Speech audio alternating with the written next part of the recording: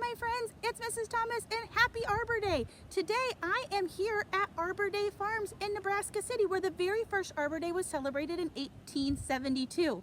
Now, I have a tremendous, get it, tremendous book for us today, and it's called Arbor Day Square. It's all about the very first Arbor Day that was celebrated right here in Nebraska. Now, would you guys like Mrs. Thomas to start? I thought so. All right, my friends, I will see you after the story. I hope you enjoy Arbor Day Square. Arbor Day Square, written by author Catherine O. Galbraith and illustrated by Sid Moore.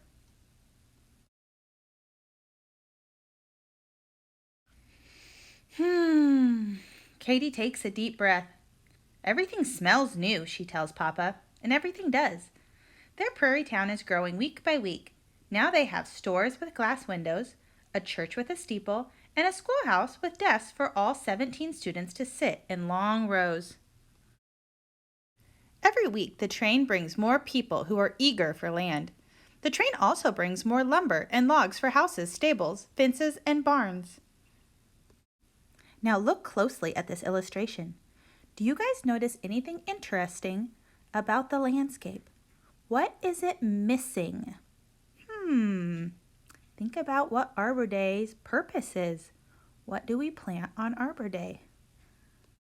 Papa helps pace out the town square.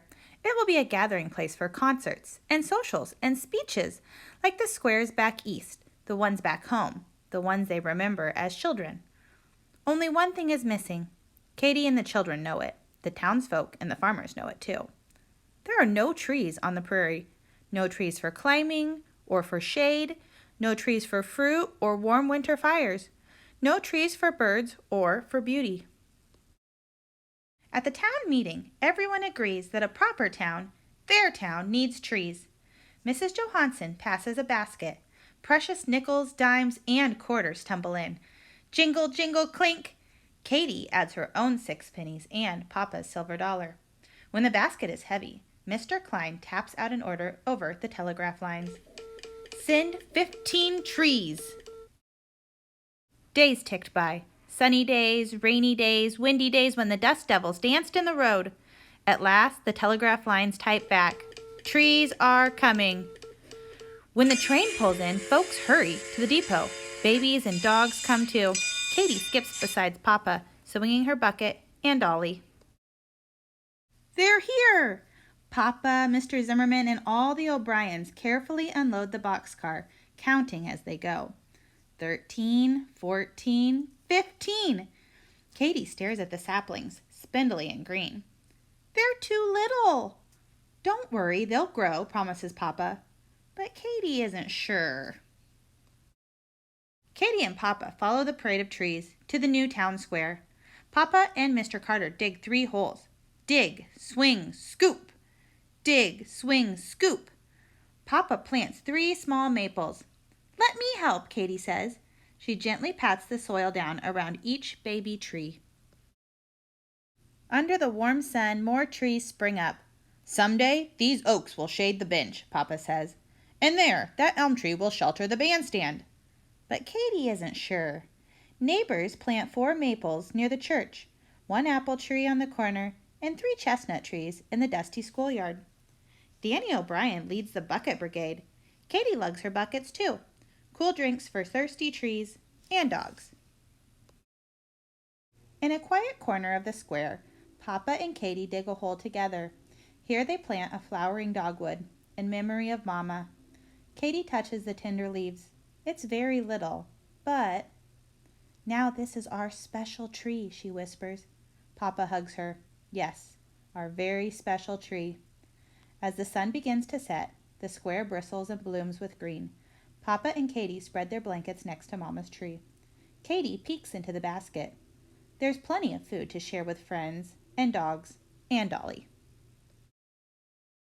As old Doc fiddles up to the moon, neighbors gather their children and dogs and wave goodnight. Let's do this again next year. And they do. Year after year, they gather in the square for another Arbor Day, a tree planting day, a holiday. Carrying shovels, rakes, and hoes, Katie and Papa help plant trees throughout their town.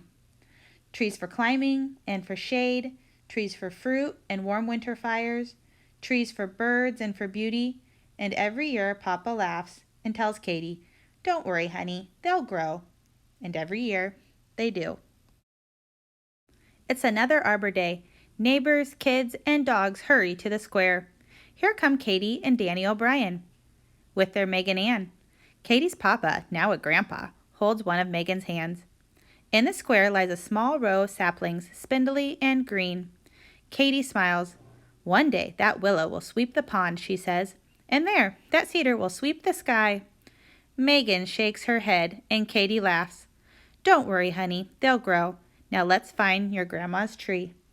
Look at how much the town has changed over the years. At the beginning there was hardly any green, and now there is a lot of green. Megan runs across the square. Her family follows just behind. There Katie spreads out their blanket under the blooming dogwood tree. Robins rustle in the leaves. Sparrows chirp and flutter. Megan peeks into the basket. There's plenty of food to share with friends and dogs and Bear.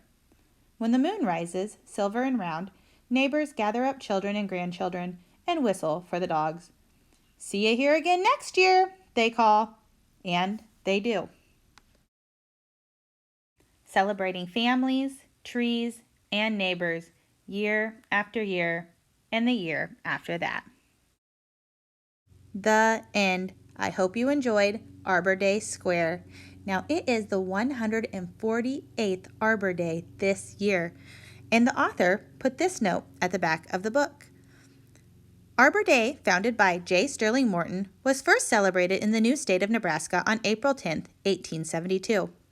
In 1854, the young journalist and his bride left the forested state of Michigan and moved to the plains of what was then called Nebraska Territory.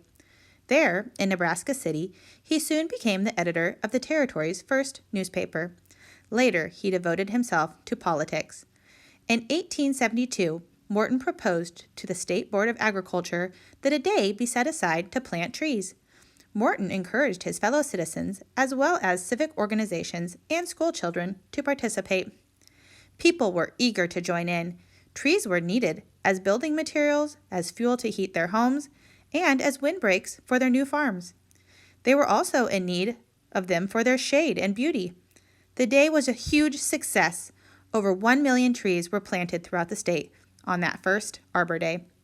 2 years later, Governor Robert W. Furness issued a proclamation asking the citizens to observe Arbor Day.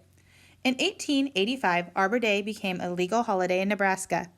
Today, Arbor Day is celebrated in all 50 states. The most common date is the last Friday in April, but it can vary from state to state, depending on the best planting season or time for trees.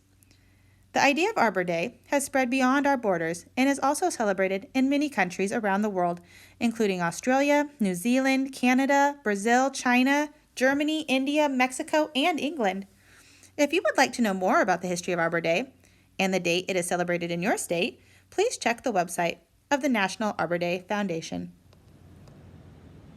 Okay, my friends, I hope you enjoyed that book. It's one of Mrs. Thomas's favorites about our state, all about the first day of Arbor Day. Now, I think the story of this book is that anything is possible if you believe in yourself. All right, my friends, I hope you have a great Arbor Day, and I will see you back here next week. Have a great Arbor Day. Maybe go hug a tree or something. All right, bye, friends.